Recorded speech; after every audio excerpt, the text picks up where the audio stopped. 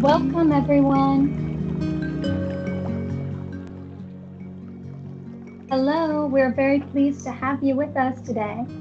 As you enter, please go ahead in the chat and write your first name, the country that you are connecting from, your role, or your connection to libraries. Thank you for being here. We'll be just starting in just a second.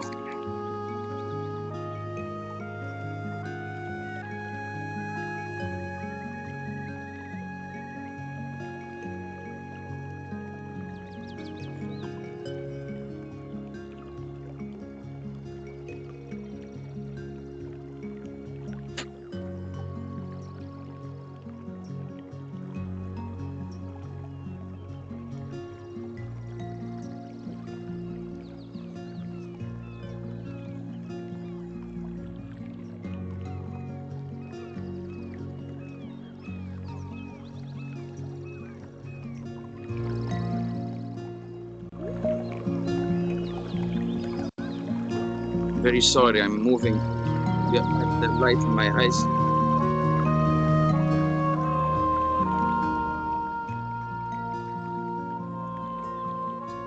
So we are still waiting for Gaya.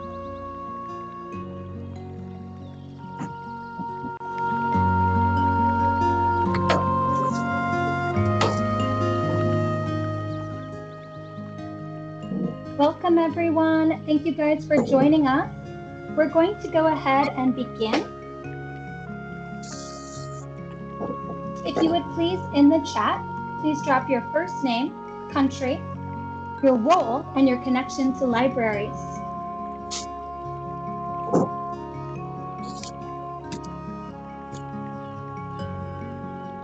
We'll give it one more minute as people enter.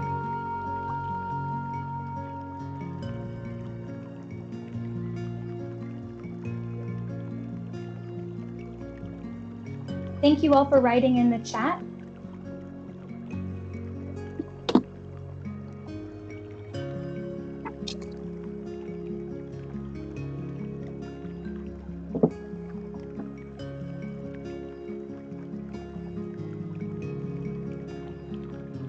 Okay, if it's all right, let's go ahead and begin. Thank you to everyone for coming. We're going to cut the music and jump into today's webinar because we have a lot of materials and amazing guests to share with you.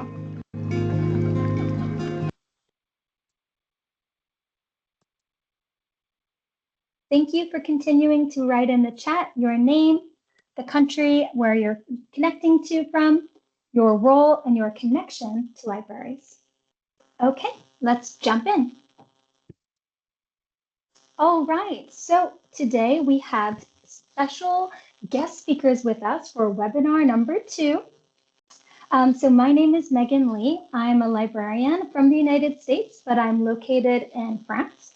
And I'm going to be facilitating today's webinar as part of the Bibliothèques Sans Frontières LiBri project. I would like to present the other guest speakers for today. We have Claire Elouin, who's the project manager and LiBri coordinator from BSF. Do you want to say just hi? Hello. Okay, great. We've got Despina Gerasimidou, who's the author of the IFLA Guidelines for Libraries Supporting Displaced Persons. If you'd like to say hello. Hi. Hi, everyone. Thank you. We have Andrea Foschi, and he's a public school librarian and author of the LiBri Toolkits. Welcome. Excellent. And we have Marie Le Pigeon, who's a project manager assistant at Bibliothèques Sans Frontières. Hello. And we have Gaya Blom, who's an experienced trainer, program manager, and author of the LiBri Toolkits. Hi, hello everybody. Thank you so much. Okay, So some of you, I'm seeing a lot of France, very excited to see so many people here today, some people from Latvia. So please activate the subtitles if you need such assistance. To do so, please follow the steps indicated on this slide. Join your Teams meeting, click More on the meeting toolbar. On the top right-hand corner of your screen, next to the camera button, choose Languages and Speech. Then click on Show Live Captions. The Captions banner appears on the bottom of the screen below the camera views. On the right-hand corner of that banner, please click on Language Settings.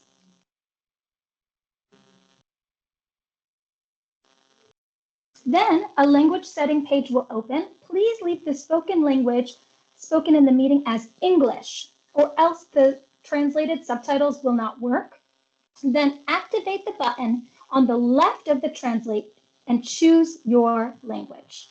Unfortunately, Latvian is not an option, so we suggest that you use English if that is the case, so that you could have an English transcript appear for you.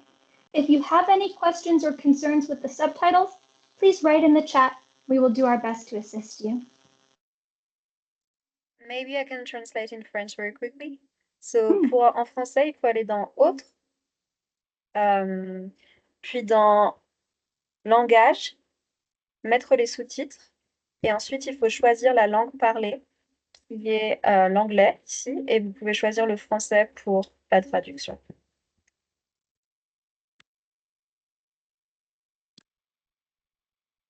You can give us a thumbs up if it's working, if everything's okay, and we'll continue moving on. Oh, I saw some reactions. Thank you.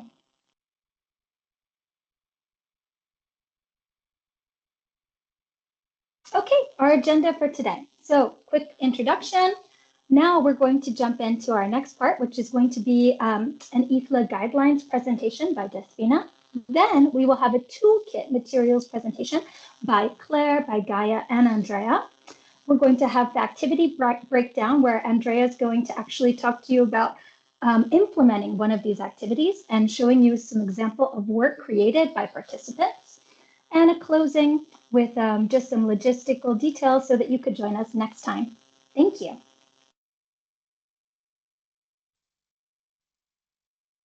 All right, our norms of participation at Bibliothèques Sans Frontières, 3 things to think about. Non-judgment, number 1, so that everyone please participate, share your questions. They're welcome in the chat. Any comments, we'd love to hear from you all, and just be open to listening and to hearing other people's points of view. Number 2, participation. Like I said, use those features in your teams. You can raise your hand. You can go ahead and give a clap if you want, anything just to show us, or typing in the chat. And number 3, confidentiality. So this webinar is being recorded. The purpose of that is so that this webinar can be shared with all of the libraries that are participating in the LiBri project. So as a result, if you do not feel comfortable, you can turn off your camera. But if you do feel comfortable, having your camera on does allow us to connect with each other a little bit more, since we are in different countries, we are connecting online, but it is of course your choice. And another part of confidentiality is just keeping in mind that we want to be mindful of what we share and giving specificities about our organization with the proper parameters around confidentiality. Thank you. Okay, quick icebreaker. So, how comfortable and knowledgeable do you feel about welcoming migrants and refugees into your library spaces? This is a poll.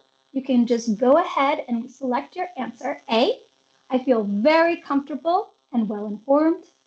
B, I have some familiarity, but there's room to improve. Or C, I don't feel ready yet. I don't have the knowledge. And then you can hit send. If you prefer to write it in the chat, that's okay too. Thank you. I've already have 6 responses. You guys are quick. Great. Thank you. I'm seeing some responses in the chat. Okay, so I have some familiarity, but there's room to improve.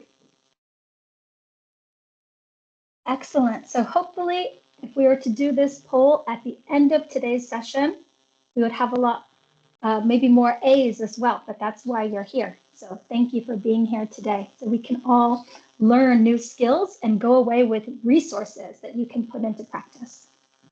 All right, let's jump in, please. We can close the poll for now. Okay, so now I would like to give the microphone to Despina as she presents to you a tool that was created for IFLA and that was used by the LiBri project's authors when creating materials. Thank you so much, Despina, for being here today. Okay, thank you so much. Let me share my screen. And you see my screen? Right. Yes. Yes. Yeah. Okay, great. So thank you so much to Bibliothèques Sans Frontières and to you, Megan and Claire, and for the collaboration and the invitation.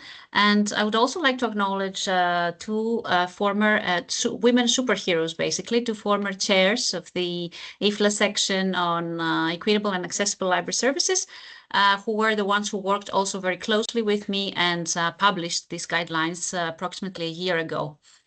So I'll talk to you today about how libraries can move from shelves to shelter and expanding the traditional role of librarianship. I'll share some highlights from the guidelines and some key practical takeaways that I hope you can use immediately. But let me start by saying that I come from a refugee family myself. This is a photo of my great-grandmother with my uncle, one of the very few images we have of her. She was obliged to flee to Greece in 1922 as a widow with 4 children under violent circumstances, losing her home, her belongings, everything. So I carry my family's generational trauma, and as a child listening to stories at family gatherings about how tough life had been, or being hidden from untold stories to date, I never imagined I would one day. Do you hear me well? There is echo. There is some echo. I think it's okay. What now. about now? Oh. I think it should be fine. I mute Megan. I think that's why you have it. Yeah. I think someone is unmuted, or I'm not sure. No. What about now? Okay. Oh. What should I do? I don't know. It should be good. Please, participant, if you are not asking a question, please make sure your microphones are turned off, because then we will have echo. But I think now everyone is turned off. Is it good now? Test. Okay. So I was saying that I would never have imagined that I would author these IFLA guidelines on libraries supporting refugees. And with this, actually, I want to say that this work is important to me professionally, and of course it has a value on a professional level generally, but it is equally personal because I carry the lived memory of what it means to rebuild a life and be resilient, like my great-grandmother here. So once you carry that memory, it becomes both natural and necessary to extend the collective care that helps everyone find a place of belonging and support. And I find it very useful to always start the discussion around inclusivity with this question. So if libraries are the living room of society, then who is missing a seat in this communal living room? And inclusive services should always begin by this question: who are we excluding? And I really like Tony Ruth's Equity series, inspired by the book The Giving Tree. And I'd like to explain this a little bit to you. Let's say the tree here represents the library, and the fruits are what library offers. So connection, culture, access to news, to information, so on. I'll call the person on the left red and the person on the right blue. In the first image, which is called inequality, we see the tree is leaning and gives the red easy access while the blue struggles. So clearly here we talk about unequal access to opportunities. In the next slide, which is called equality, we see that both get ladders, so they both get tools, but again, the way the tree, the library, is leaning still makes the red have more opportunities. In this slide, which is called equity, we give extra tools to the blue person, so a higher ladder, but still this is unequal. And finally, it is justice, which means fixing the tree, so fixing the library as a system and also giving the right tools, so the ladders here. This means that we give everyone the right opportunities to enjoy the library fruits. And now I will share an exclusion example from a day in a library. So say you are on a front desk day at work and a migrant comes in the library and wants to borrow a book or read the news, but they don't have a library card and they lack proof of address. So what would you do? Well, first of all, you communicate clearly that libraries are not police stations, they're not checkpoints, they are accessible and welcoming places for all. Then you have to be also flexible. So there are libraries that accept alternative documentation like refugee membership cards or migration papers, or some don't even require official papers at all for electronic access, for example, or they give instant library cards with some limitations, or they give automatic fee amnesty for books not returned by refugees. So this justice bit of the leaning tree, so the library as a system, is one of the aims of the guidelines. So to change some of the aspects of the libraries as a system, and this matters because refugee numbers have doubled since 2016, according to Global Refugee Forum 2023, and nearly half of school-age refugees are currently out of school. So libraries can really help fill this gap by creating inclusive and safe spaces. And when this is done right, libraries, we know that they strengthen both displaced and host communities through the appreciation of cultural diversity. And in this way, they become places of social cohesion, learning and healing. So we started the guidelines by mapping how libraries serve the world in a world of displacement. We launched a global survey. We did many interviews, and 3 out of which they are now our case studies inside the guidelines, and you can read more about these. And we structured the guidelines across these chapters that you see. So services and programs, policies, training, partnership, needs assessment, evaluation, challenges and solutions, and the case studies that I mentioned. The guidelines are grounded in international frameworks like the UN 2030 Agenda, as they reflect most of the SDGs. Also the Monte called 2022 and 2025 declarations, which put culture as a common public good. So the cultural resources are as our global commons. They, of course, also reflect the human rights, which are we all have inherent simply because we are born as human beings, and they cannot be taken away from us, nor can be given to us. Of course, they also reflect the rights of access to information, freedom of expression, and the cultural rights. Now, needs assessment is a very important thing for any kind of library service design, of course, but particularly for migrant users, we should say that apart from displacement isn't uniform. So apart from any different diverse personality traits and backgrounds that generally every library user has when crossing the library door, in addition to all of these complexities, migrants are in different phases. So their situation varies a lot from country to country, from region to region, from province to province. Some are in a state of limbo, others are seeking a long-term refuge, others suffer from trauma, from recent violent experiences, and so on. So they're all in different phases in their journey. So this needs to be factored in.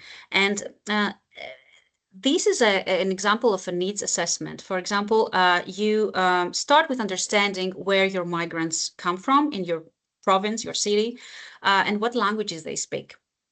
So review governmental data, ask for NGOs data, do site inspections in refugee migrant camps if need be, and then cross-reference this information with platforms such as Translators Without Borders to check what are the origin languages. And this two-step process provides a critical foundation for designing inclusive services. Evaluation, of course, qualitative and quantitative, is super important as it helps in long-term planning and in raising awareness with your public, your donors, but also among staff. Doing, of course, evaluation in multiple languages is key here, and also anonymous surveys, because we're talking about vulnerable populations. Some might face persecution. And don't forget that inclusion is a commitment. So this is something you have to do on an ongoing basis. So you have to share the human impact and tell your story on an ongoing basis. Now, language is one of the biggest barriers and one of the first things you see when you open the guidelines. So after you have identified the origin languages based on your needs assessment, then there are many things you can do. Build a small or big multilingual collection, put it at the front of your library as a welcoming gesture. Use pictograms, inclusive communication, global language, visual language. Here we see a couple of nice examples of pictograms and of a audiobook multilingual collection from some European libraries. Also, recruit migrants as translators. Also, use handheld mobile translation devices for your front desk staff to help them communicate with migrant users in their own language. And then, of course, language cafes and conversation groups, which I'm pretty sure you are familiar with, because these days many libraries do this stuff, and turning actually language from a barrier to a bridge, I would say. Now we work in libraries where librarians, we know knowledge is survival. But especially for migrants, legal literacy is a burning matter. So I would put that first. And of course, librarians are not legal advisors, but they are the mediators, connect the community. And librarians and lawyers working together is a well-promising partnership, I would say. So what you can do is offer free notary slots or legal clinics on specific days, partnering with your regional bar association. And another example we see here also, the photo I'm using is from the Seattle Public Library. They have these Know Your Rights cards. These are business size cards. On the front, there is a name of the card, the name of the right. And on the back, it in multiple languages, 18 languages currently. And on the back, you see the application of the right in everyday, the everyday life. And this, of course, you can adjust it based on the needs that your own migrants in your region have based on the needs assessment. Maybe you can create cards for job hunting or housing or health or anything that your migrants really need at the stage of their journey where they are at. Now, there are many events that libraries can, of course, do to welcome and support migrants, both for involving the host and displaced communities. I'll shed the light here on 3 standout examples. The one is from the picture I'm using from the Brussels Public Libraries. They did in 2019, they ran multilingual reading hours events on moving trains and buses. The second one is library corners as stress relief stations with mental health book collections and trained library staff on mental health first aid. And another interesting thing is if you have kitchen in your library to do multicultural cooking evenings, create also a common cookbook from both host and displaced communities, fostering cross-cultural engagement. Technological access, of course, is also survival. Digital literacy is pretty essential. We also know that. There are many things, of course, you can do, apart from the standard ones, like offering free Wi-Fi, access to laptops, and so on. Something else you could do is creating flyers in advertising what the library is and where the library is, create them in multiple languages, create QR codes, print them, and hang them in places where migrants hang out, like train stations, laundromats, refugee camps, churches, and so on. Don't wait for them to come to you. You have to go to them. Of course, if you have the possibility and the resources, also with pop-up library spots or buses, library buses. And another example I wanted to share, this is from the picture I'm using, is from our case study, the Denver Public Library. They have on their website this project. It's called Mementos from Home, which hosts refugee podcasts who share their stories based on an object they brought from home. And I was really touched by this photograph of a woman who was sharing her ring and sharing her story. And at some point she was showing this and she said, "This is, here I am, this is me." And that was pretty impactful, I would say. Of course, policies is how values become practice, and therefore inclusion should be codified in policies. I talked about earlier about the non-ID card policy, but there are so many other policies you can embed in your library systems. There's a whole section you can read about in the guidelines. But generally, libraries need to be clear and loud, that everyone is welcome, and that means clear commitments to serving all regardless of their status. And this needs to be reflected on policies. And of course, also maintaining privacy and protection policies is very important, because we're talking about vulnerable populations. On the right side, you see some interesting librarian roles and library job departments that I hope they will inspire you.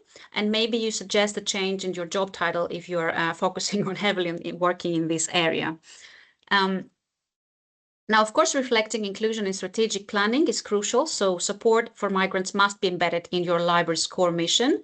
And this will also help with fundraising. And embedding inclusion as a long-term goal is, this means that inclusion is not a side project, yeah? And as I like to say, inclusive library services is like brushing our teeth. It has to be done daily. It's not something that we do once and we're finished. We have to repeat it every day. So inside the guidelines, you'll find many things about training. There are so many things and topics, for example, anti-bias training or cultural awareness training, and so many things. But I'd really like to focus on the first bullet point here, the self-care training, because we know that burnout is a real challenge in any helping profession. And here there's an opportunity for libraries and librarians to work with psychologists and social workers to offer self-care training for staff, to train them on how to manage the emotional impact this work has on them. So equip your staff, or ask to be equipped, if you are this person, to serve not just with empathy for others, but also with self-care for yourselves.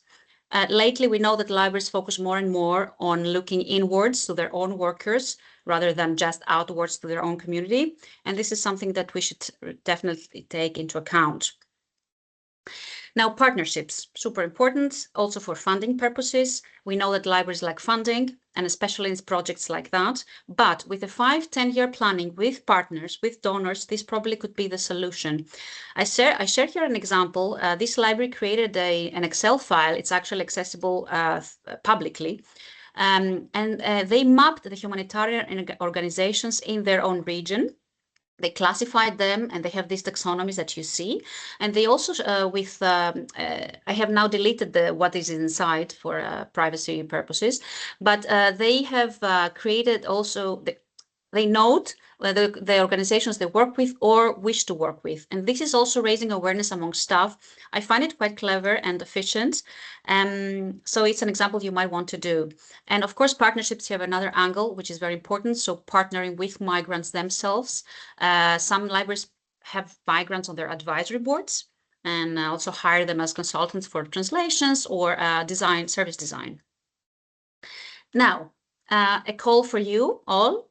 If you're interested for contributing a translation and making the guidelines accessible in more languages, we're having an open call for volunteer translations. So please contact me if you're interested. And of course, this is a very concise self-assessment checklist, which is created by Bibliothèques Sans Frontières, and it's based on the guidelines. And I find it extremely useful, extremely actually perfect as a tool, and that you will be able to use immediately as well alongside the guidelines. So what you see here is what is inside the checklist, and this should be a go-to document for you that you can revisit periodically, track your progress, celebrate successes, improve your services, and take a distance to reflect critically to what you do and refine your practice day by day.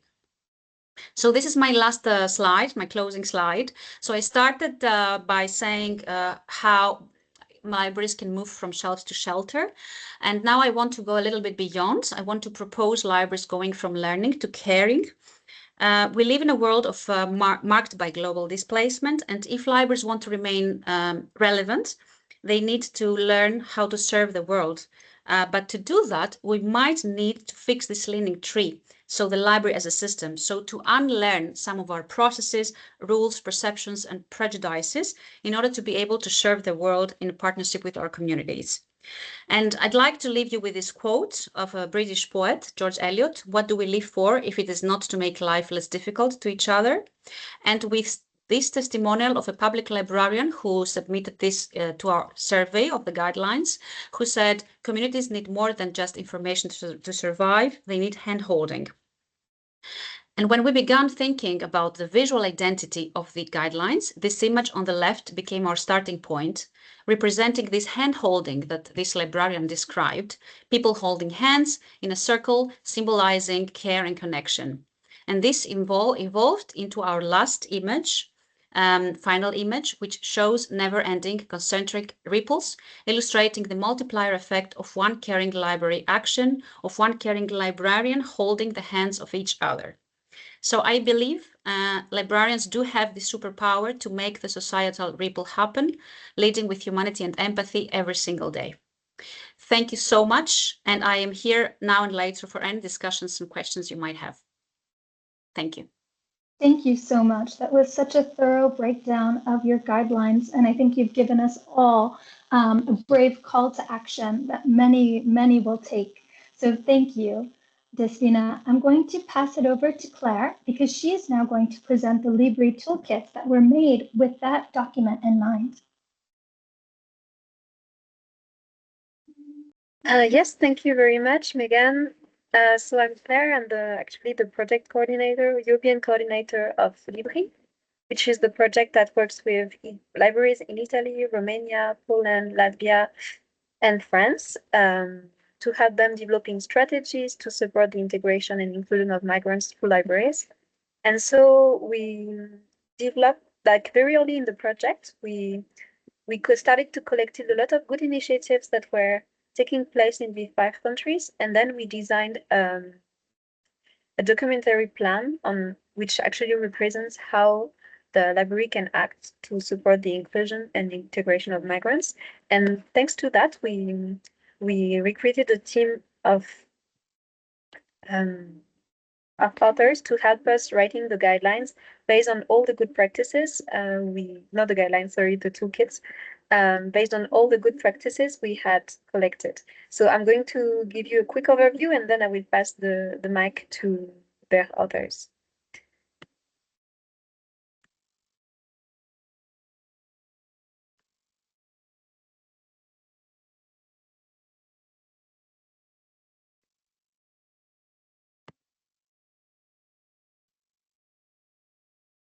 Is it okay again? Do you see my screen?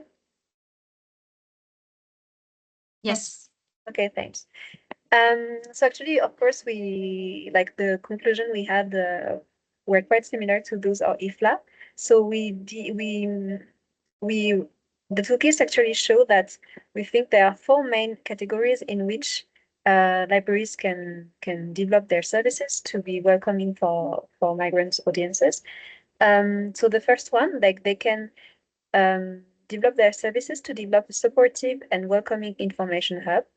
The second one is about how they can support social cohesion through culture, because we noticed through the diagnosis of the project that migrant users and local populations sometimes live in very different social bubbles, and the library really has a role to play here to build bridges between communities. There is also like the library can support migrant users to develop their skills and to quickly adapt to the local market and to the local school system, job market and school system. And then the last one is about outreach strategies to reach specific communities we identified in our 5 countries. And also like how can you find ambassadors, for example, to get users who are not super used to the services of the library and have them come back to your library. So each manual is divided in 2 parts. The first one is the toolkit, and this is where we gather the key concepts, key definitions that are important to know. Also, like each of them contains 3 precise actions area, then some practical tips and tricks. And then we also listed all the resources we gathered during the project when there are already guidelines, for example, in Poland, that already existed, that are maybe a bit more adapted to your local context. Then we gathered everything here. And then there is an activity guide in each of them that actually has a list of activity guidelines you can implement in your libraries. For example, here we have parent-child storytelling workshop, comic strip activities. So we are very aware that the resources can vary according to libraries. So we have tried to have a mix of different activities that can be a good baseline, and then you can also adapt them to be sure they fit your specific needs and resources. So the first toolkit, Supporting and Welcoming Libraries, is divided into 3 action areas. The first one is welcoming, inclusive, and safe space. The second one is emotional and social well-being. The last one is partnerships with local administrative and support networks. And for example, in here, you can also find an activity. Some of the activities are not made to be implemented with migrant users, but they can also be implemented inside the library team, like to better define your policies, to better map your possible partnerships and partners. And the second one is about solutions for cohesion for culture. And the first area is about promoting language diversity and preserving native languages. The second one is encouraging intercultural encounters. The last one is about honoring migration journeys, histories, and migration paths. And life skills for integration in local communities. First action area we identified is host community and language acquisition. Second one is digital assistance. Third one is academic support, professional guidance, and skills development. And then for the outreach strategies, so principally in Italy and also a bit in France, we identified young unaccompanied minors that were one of the main users of the libraries. We also have like reaching migrants in transit, which means migrants who are maybe transiting through one country and they would have special needs because sometimes they are not staying for a very long time. And then family-oriented programs. So these areas were also selected through a need assessment that we've made very early in the project. So the family-oriented program was one of these demands.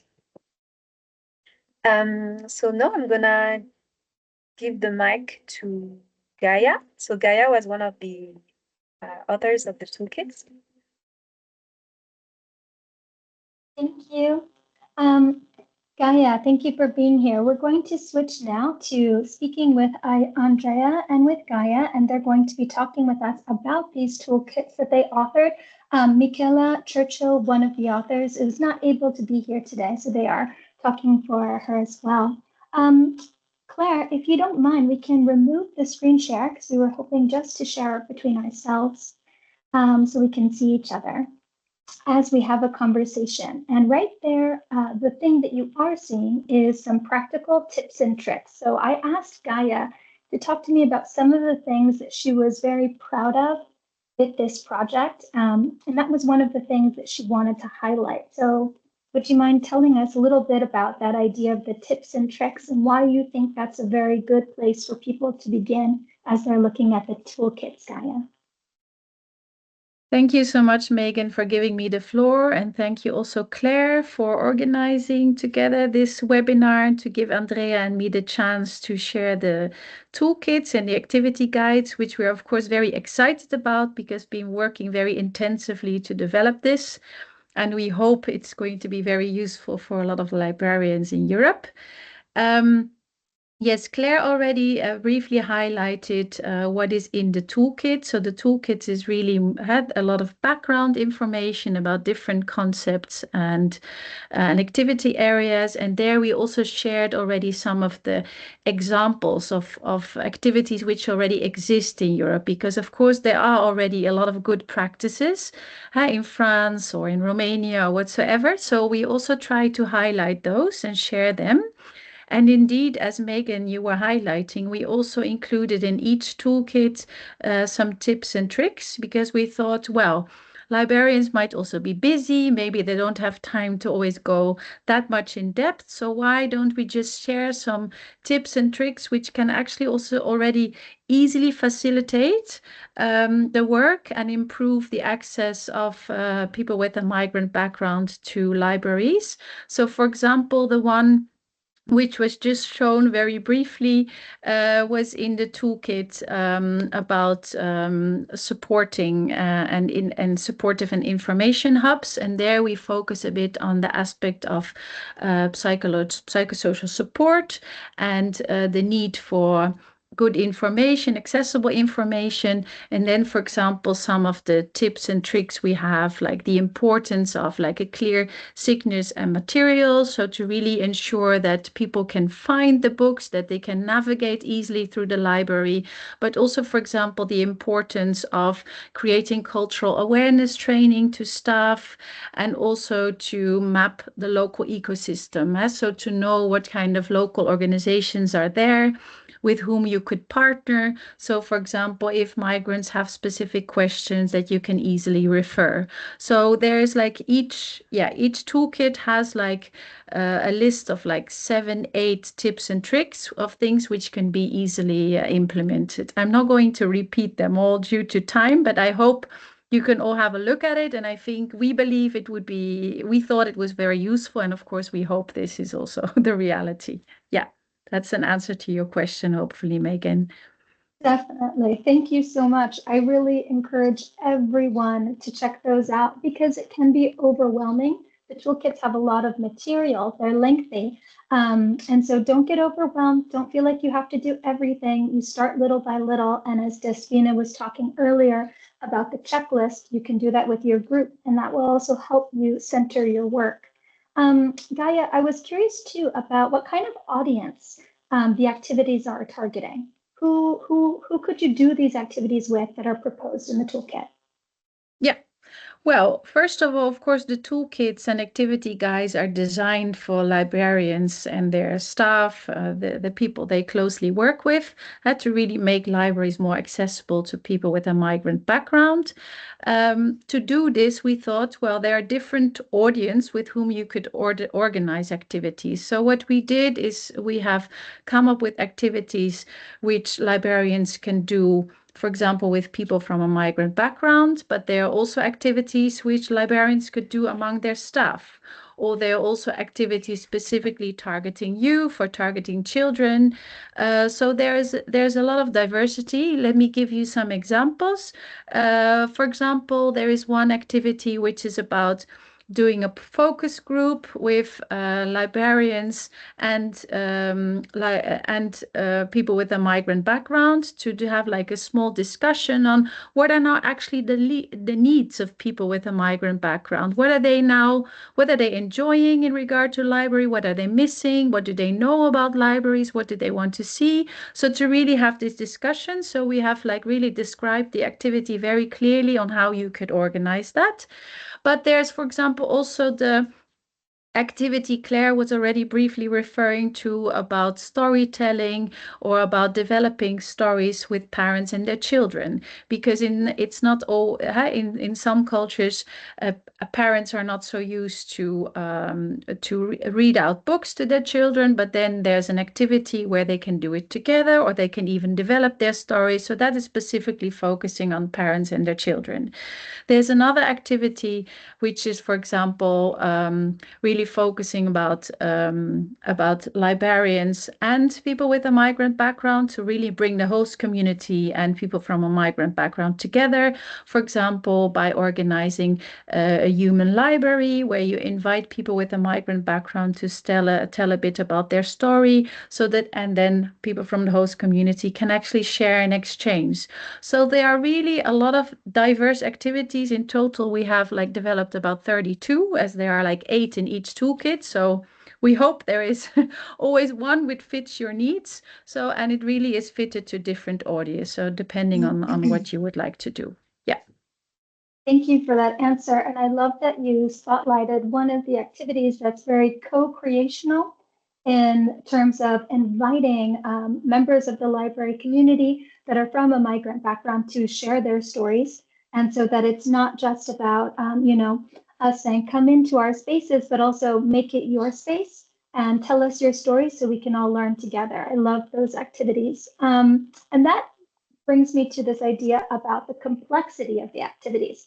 What type of range is there from I have a small budget, I don't have a lot of time, I'm nervous to start, to I'm ready, I'm ambitious, I want to do something, really with a lot of people and a lot of energy. What kind of range are there in the activities? Yeah, very good question. Of course, it's very logical that this is very different per library, that at a certain time there's a lot of, you have a lot of possibilities in budgets and other times you don't. So we really try to come up with the diversity. Some demand a lot of preparation, some do not. So this can differ, for example, having a discussion with you among your staff members to actually discuss like how is actually the experience in the library with people from a migrant background? How is it going? What do you notice? What kind of challenges you encounter? To also discussing about these cultural differences. This is, for example, a workshop of 2 hours you could do as librarians among your colleagues, which might, it needs a bit of preparation, but not too intense. It might not need much budget. But in comparison, we also have like organizing a more cultural event, which can be much more elaborate, where you have to maybe develop partnerships with different organizations, where you have to organize diverse activities during the day, which demands much more preparation and much more people involved. But there's, for example, also an activity of creating a corner in the library where you specifically present books from a certain region, from a certain language, which actually doesn't demand much budget. It's more like how you organize and present it. And there we also have the option that you, for example, do that together with people from a migrant background, that you involve them onto how to present this. Okay, maybe that needs a bit more time, but then it's more participatory, and still I don't expect that to be very financially not having such much financial impact.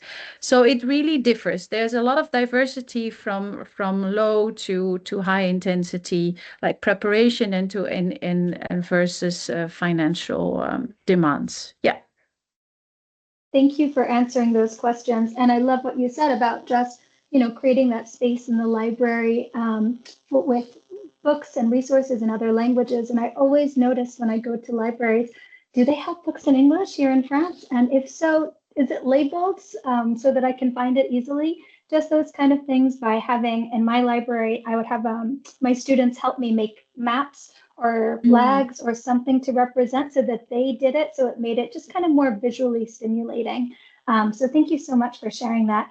Andrea, we're going to move to you. And I'm so excited now to hear from you about one of your activities that you wanted to present to us that you've actually done with participants. Do you want to go ahead and share with us a little bit about that? Of course. Thank you, everybody. And I really appreciate Despina and Gaya, what you said. And I'm here to share my experience as a librarian in public school in France, a particular school because it's settled in the periphery of Paris, and our public are almost only kids from refugees families. So I work with them since 5 years, and since 5 years I lead a project about creating a comic book and graphic novels. Today I'm sharing the activity I preferred about comic strip, creating comic strips in libraries. Yes, I joined Despina about the fact how to how to meet the participants, and I can add about my experience that, for example, me simply, I contacted schools and I contacted the teachers for know if there are kids who they particularly need to work reading or writing, or they are interested to drawing comic books, or they just need to do something their afternoons, because sometimes their family situation are very, very complicated.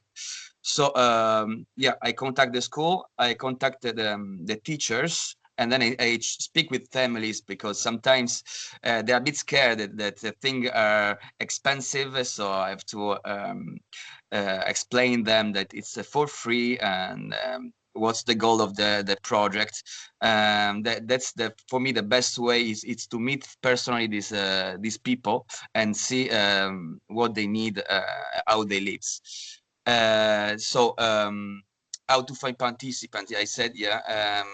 How to lead this kind of activity? Yeah, I joined Gaya, who said we can do in different kind of difficulties. So we can do in an easy way, in an advanced way, and a difficult way, a bit like video games. For the beginners, for example, we can just start with a simple comic strip that I don't know if you can see that. Looks good. Yeah, looks amazing.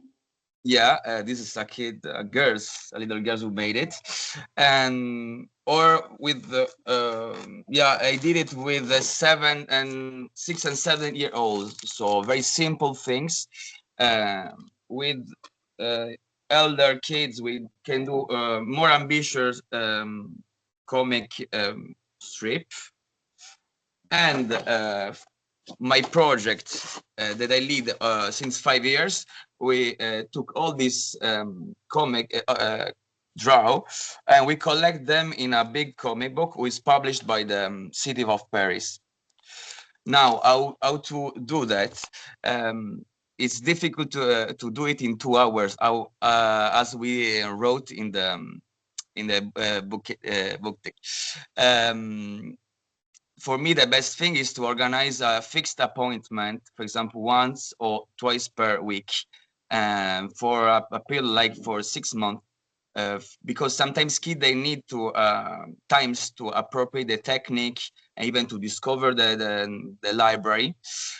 Most of the time, the very first session, I organize some collection of comic books in the free tables I have. There are 2 ways to proceed. We can have a group of mixed kids of mixed age, and about my experience, it might be the best way, because usually the elder kids, they can help the younger, so they get more responsible, and the younger, they improve much more in this way. This year I separate the age, so we can work in a specific theme, because for example, there are some comic books are not adapted for the younger who prefer this kind of comic books, comme la Mortelle, Légendaire, etc. And the elder are more into mangas literature, that for kids younger is a bit too complicated. About the some tools I can share with you for the people are not used to speak about comic books or manga. There's a very simple workshop. It's called the Mangaka Apprentice. It was made by the same author of Dragon Ball, and it explained very well, step by step, how create a comic book by comics. So, for example, I used to scan this page, project in the white wall, and we can read it with the kids, so they practice reading in loud voice. Yeah, so that's it for me. Thank you for listening. That's incredible. Thank you so much for sharing that with us, Andrea. Thank you. Thank you. I'm so inspired by seeing the student work and the participant work. That's why you do it, and especially because you are able to go to that next level by bringing in that other partnership at the city level. Because when it's published, when students and participants see their work, it gives it more value. They feel like their story, people really want to hear their story. and it makes them feel more invested and accepted into the community. I did a similar thing with my students as well, where they made it with videos, which is really cool. I'd like just thinking always about how you can adapt it, knowing who your community is, knowing what they're interested in. So thank you again. We're going to move now into the closing, and hopefully if we have any time, we're gonna go through the next slides so that we can just finish up with our logistics. And then if there's any questions, we'll try to give time. So there's the link. I've already shared it in the chat, and as it says in the chat, those are available in the following languages: English, French, Polish, Latvian, Romanian, and Italian. If you want to scan the QR code, you can. You're welcome to share this resource widely. We want people to use it. That's the whole idea. So even if they are not in France or not in Latvia and they're in a different country, please go ahead and share it. This is for everyone to use so that collectively change is being made. Claire. Yes, I just wanted to ask very kindly, like it's very useful for us to be able to follow up who is downloading the toolkits, because it's a way for us to report to the European Union with co-financing the project. So please, if you share the toolkits with your network, which we would greatly appreciate, it's better if you share the link of the form. This way we can like follow up and prove the impact of the project. Thank you very much. Thank you.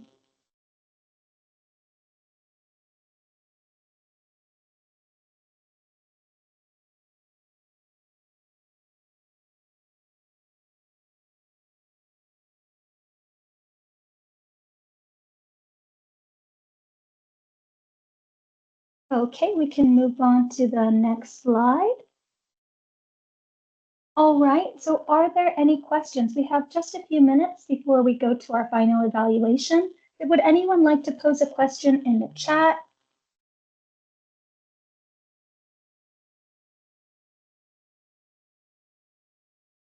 All right, I see one in the chat. If I may, I'll go ahead and read it out loud. Thank you, Michelle. It is a concern that continues to surface in our activities. We've observed that many of the people we engage with show limited enthusiasm for cultural initiatives.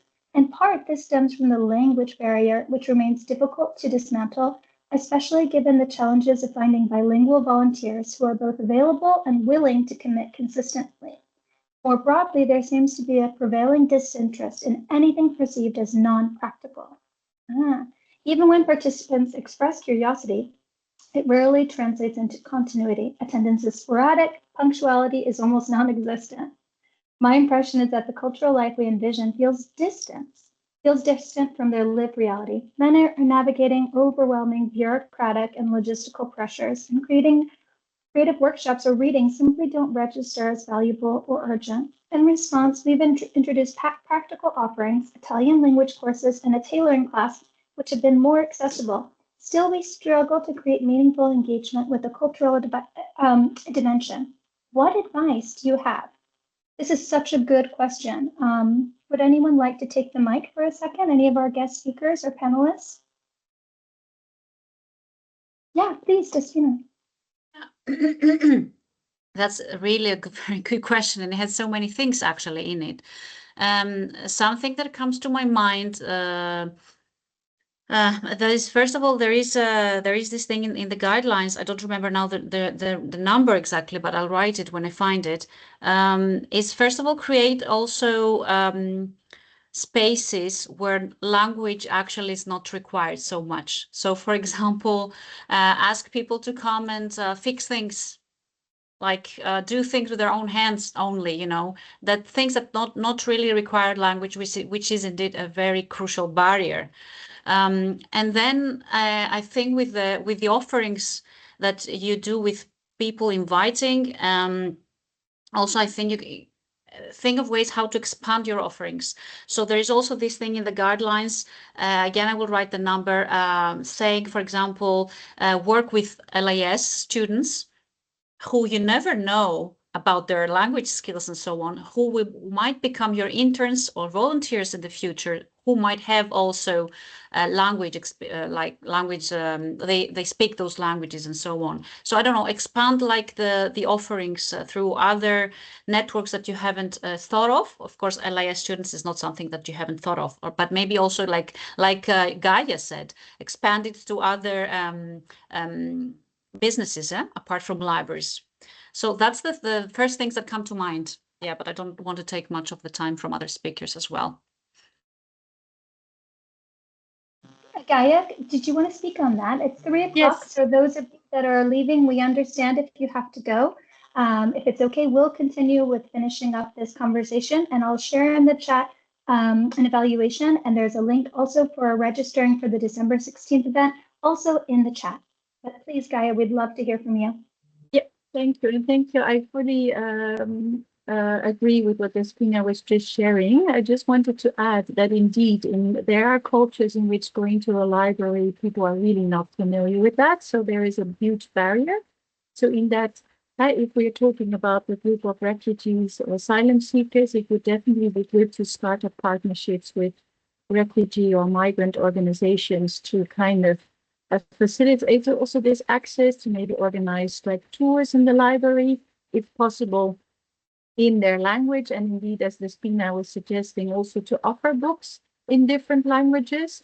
But I was also thinking, we also have one toolkit is really about life skills, which is not so much less focused on really reading or culture, but it's more about also focusing on what do you want to study? What do you want to do for work? So really focusing on different kind of topics. Of course, you do need to speak a certain level of the local language, but it has like a different angle. So I think it's also interesting to look into that, to see how that can be interesting for certain migrant groups. But indeed, the language aspect is very important. That's why we also suggested all these activities of adding symbols or offering a multilingual language guide. So I think there are quite some examples in the activity guide which could maybe help you.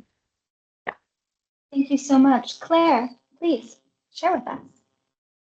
Yes, thank you, Gaya and Despina. I totally agree with you. And also there is someone in the chat, Annie Amoureux, who also said like the relation to culture is not the same according to culture, like to culture as legitimate culture, to books, to movies.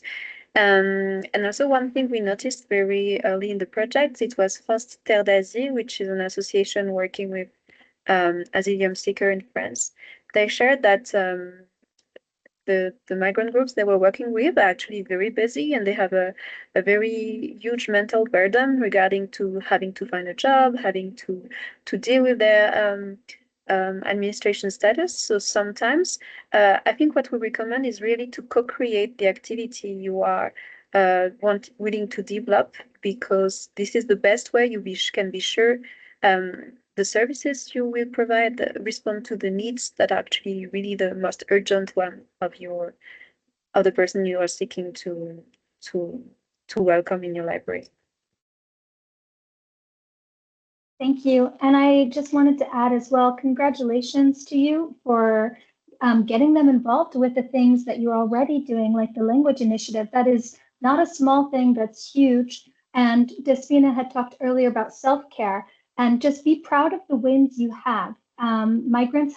People in a migration situation do come from sometimes situations of trauma, and there are a lot of bureaucratic hurdles. So feel proud of the commitment that you're engaging with them already and the progress that you're making. So it's a slow building exercise. And once they have trust, once they know you, then maybe they'll be open to other things in the future.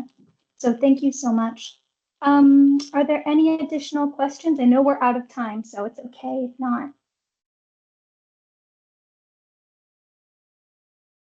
Gaya's writing in the chat. There are also some activities to focus on support in regard to digital skills. Thank you for reminding us of that. Okay. If there are no more questions, then we shared already in the chat the link for the webinar satisfaction questionnaire. It really does help us if you fill that out, because we're working to improve. Now we already know about technical difficulties, so we're moving forward each time. We hope that you'll be with us in our next webinar. We're going to share that now. if you want to save the date. On December 16th, our topic will be Most Common Obstacles, Outreach, Language, and Communication. The link has already been dropped in the chat, and we'll drop it one more time, I believe, so that you can add it to your calendar and again, share it. Thank you. And that's the end of our presentation. So if you have any questions or concerns, I'll drop my email in the chat, and anyone else that wants to, if you want to contact us with questions. Otherwise, we will see you next time. Please download the toolkits. Let us know how you put them into use. Bye-bye. Thanks Thank for you. being here. Bye-bye. Thank you for Bye. attending. Thank you. Bye-bye. Thank you to our panel, our experts. Thank you. Thank you. Bye.